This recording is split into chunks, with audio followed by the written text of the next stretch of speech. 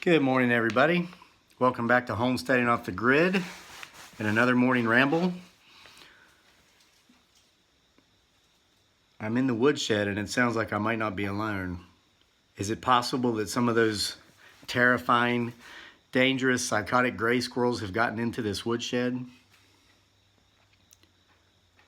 It might have been the sound of my chair kind of settling in. I'm going to keep my eyes open though. Okay, so anyway, is it time for our family to take a serious look at homeschooling? Guys,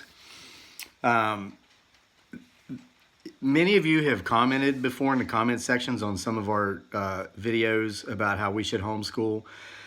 I've never addressed those comments, and it's not because that's something that I've never considered or wouldn't consider. I haven't commented because that's something that is regularly on my mind. There are two reasons why I've never actually delved into looking into it seriously enough and to actually consider doing it.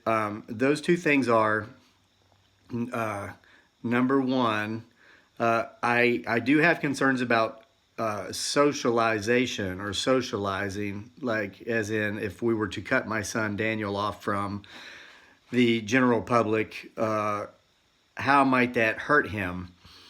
Because, you know, when he's grown up, we can keep him secluded as much as we want, but, you know, we're not part of any sort of religious group or alternative lifestyle group to where he's going to spend the majority of his life kind of among a select group of people. We're just kind of normal, everyday people. Well, if you watch my videos, you know I'm not that normal, but I think you get my point without me belaboring the point.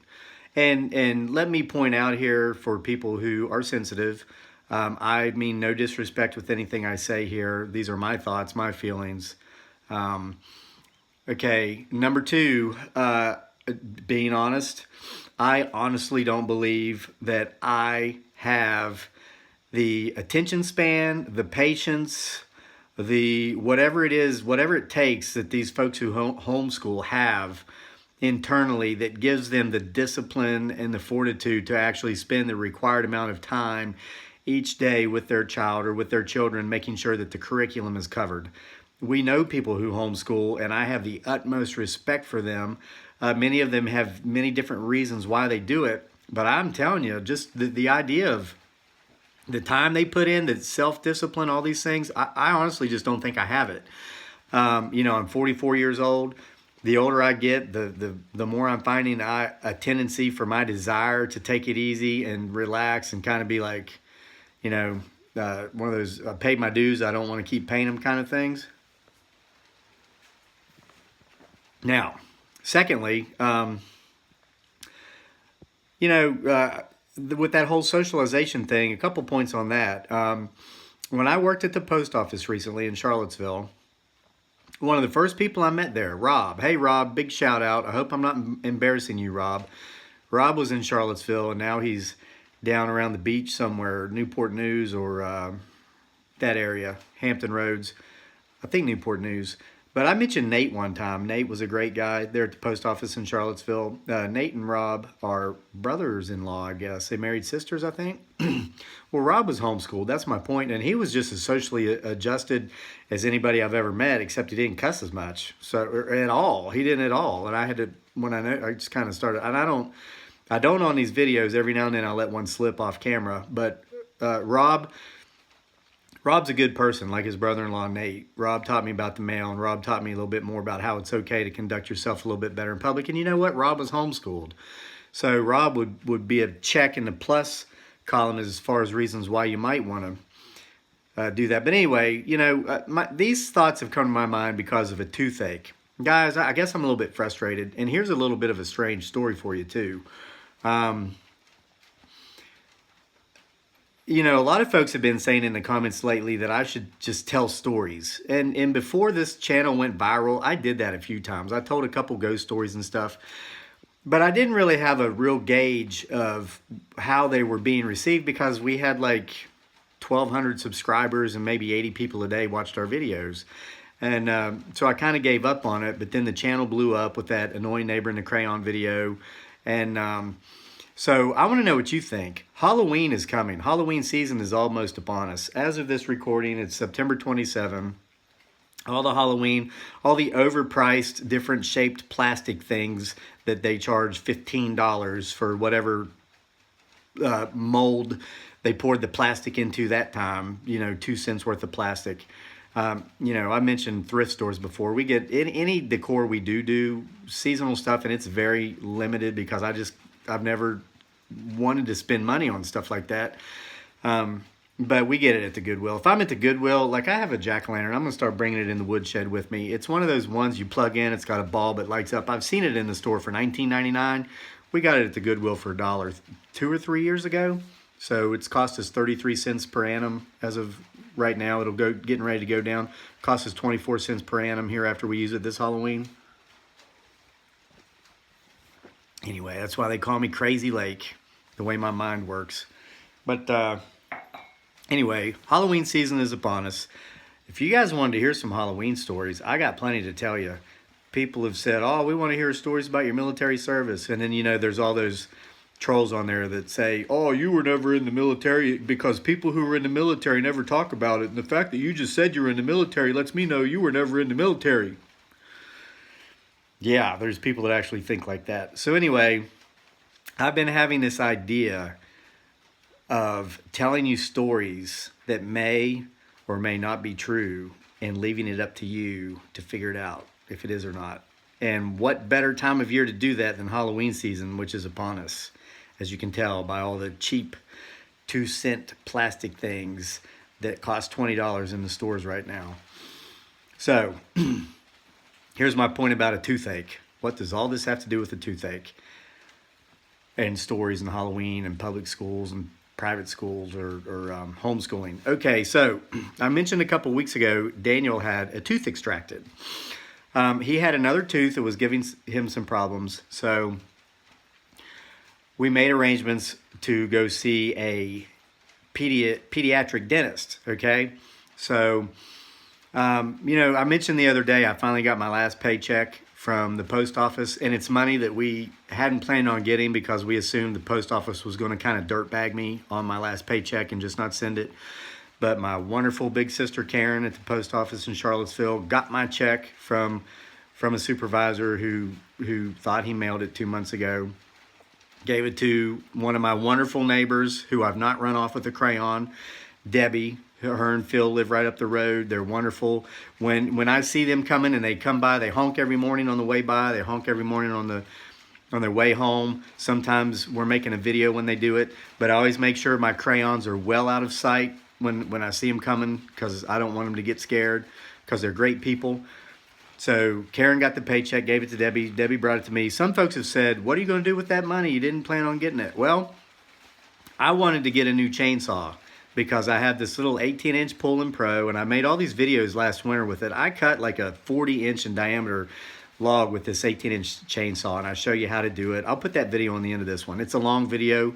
What? Me make a long video? Say it isn't so, Crazy Lake. But anyway, I want to get like a Remington. I can't really afford a steel right now, but I want to get a Husqvarna, a Remington, something bigger, 22, 24-inch bar, because we're going to need a lot of wood this winter. So I get this money, and my first thought is chainsaw. But then no, the grown-up, the responsible, the loving father, the little tiny part of me that does the right thing, because most of me, I'm just... Guys, we're all human, but that voice says no. Whatever's wrong with your son's mouth, his teeth, fix that. That's what's most important. And as parents, I mean, that's just how we think, right? So I put off the chainsaw. Here's the crazy story. So my son has a top right molar that's giving him problems. He has a toothache.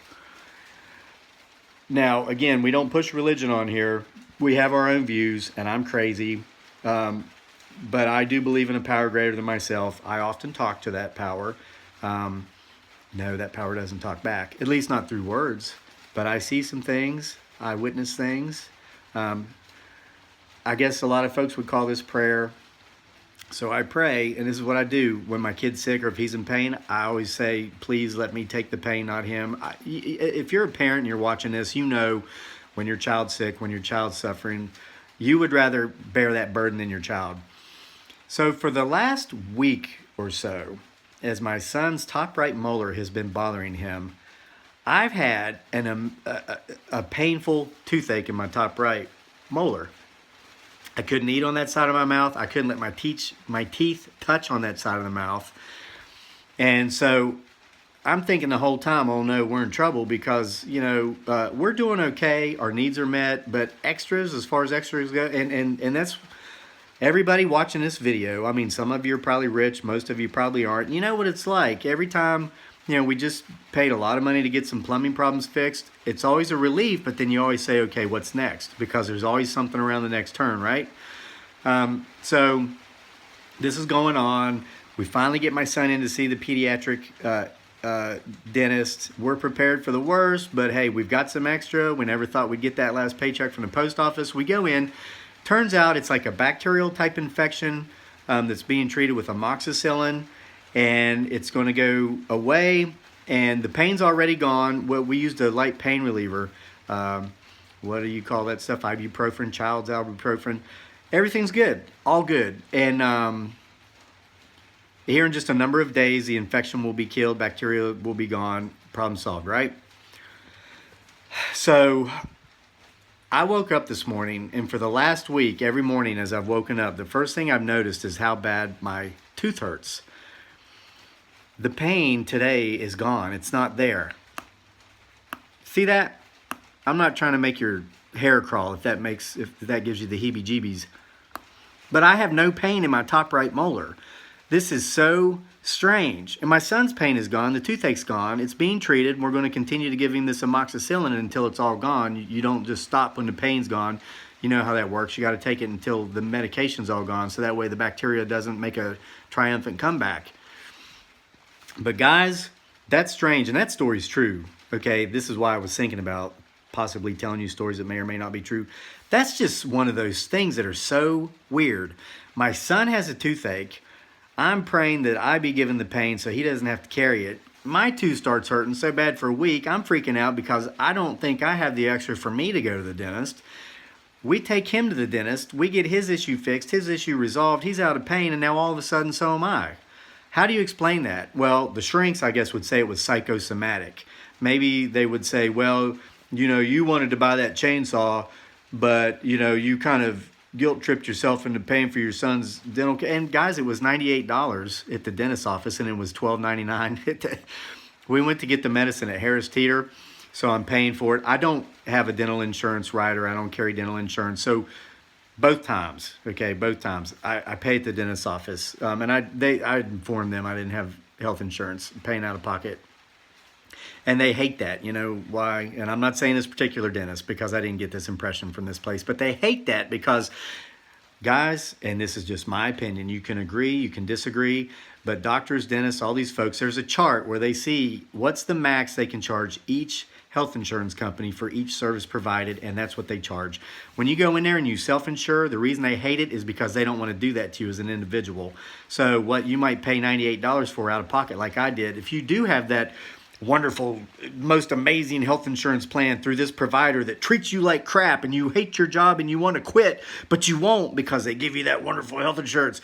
If that health insurance policy will pay up to $482 for that service, that medical provider is probably going to charge you $482 for that service because they know your insurance company will pay it. Guys, there's a word for that, and I think that word is fraud. So it only cost me $98 because I self-insure. So for the dental stuff. So we go into Harris Teeter, and the little girl back there who you could tell was just raised watching cable television, and she asked me, do you have insurance? I was like, no. And she looked up at me like she'd just heard the most unbelievable thing. Now that was the story. She was wondering, is this story true or not? Does this guy really not have dental insurance or whatever pharmaceutical insurance? And she goes, did you say no? I said, that is correct. I said no.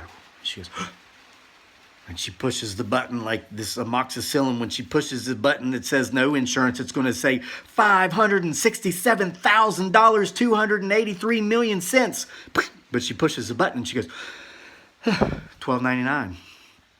I'm like, okay. So I pay and I go, ma'am, I'm curious. if I'd been paying $7,200 a year in annual premiums for health insurance that I never need, what might I have saved today on this amoxicillin? And she goes, I don't know.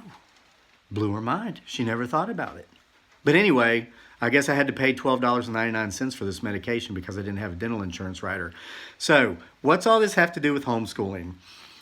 2 days ago, school calls, leaves one of those nastygrams on the cell phone, sends a nastygram note and a nastygram little checklist. The whole thing is, your child was in pain, your child was in pain, he needs dental care. We know this. We've already made arrangements. All these things that basically say, you're a terrible parent because your son has a toothache. And I was like, wow. I'm thinking back to my childhood, which is something I don't do often, but I was thinking, you know, our family had the best dental insurance you could have. I saw the dentist regularly, and a couple of times I had toothaches. A couple of times I had to have some teeth extracted because of those toothaches. And I've always brushed my teeth at least 3 times a day. I thought, wow, this kind of seems like one of those things that all kids just kind of go through. It's kind of part of life. So anyway, the nastygrams, I didn't let them get to me, but one of them said, you know, you should send medicine to school and a permission slip for blah, blah, blah. So we did it. We sent the children's ibuprofen, a written permission slip. If Daniel has pain, give him this as necessary. We gave it to him last at 7 a.m., blah, blah, blah. So we go pick him up from school yesterday, almost the end of school. His mouth's killing him. We had to go buy new pain reliever because the nurse wasn't there who had the medicine locked up, all these things. But the point is, they never gave it to him. So here we are, the most worst parents in the world because our son has a toothache. They send the nastygrams, leave the nasty call. You're like, oh, wow, they're going to call social services? I mean, and I'm telling my wife, honey, we're in the U.S. now. Things are done differently here. But they never gave him the medicine. We sent it in. We gave the permission slip. So I'm like, what was that really about? You know what I mean? What was it really about? So I'm going to wrap this up because I'm going on my 18-minute threshold here, and I don't want to keep you. And I got to get in there and wake up my beautiful bride and my darling son who's pain-free now, thank goodness. Wanted to share those stories with you. Let me know in the comments section if you'd like to hear some crazy, wacky, off-the-wall stories for the Halloween season that may or may not be true. They may or may not involve military service. You guys, I've got stories from around the world, Middle East, Southeast Asia, the creepy, spooky mountains of West by God, Virginia, and stuff around here. You know, 90% of the Civil War was fought within 90 miles of where I live. You want to talk about some stories to be told from this area. So I hope each and every one of you have a great day. Thanks for bearing with me and hearing my silly stories. I'm thankful for each and every one of you that are here with us. Make sure to check back for more next time with us from here at Homesteading Off the Grid.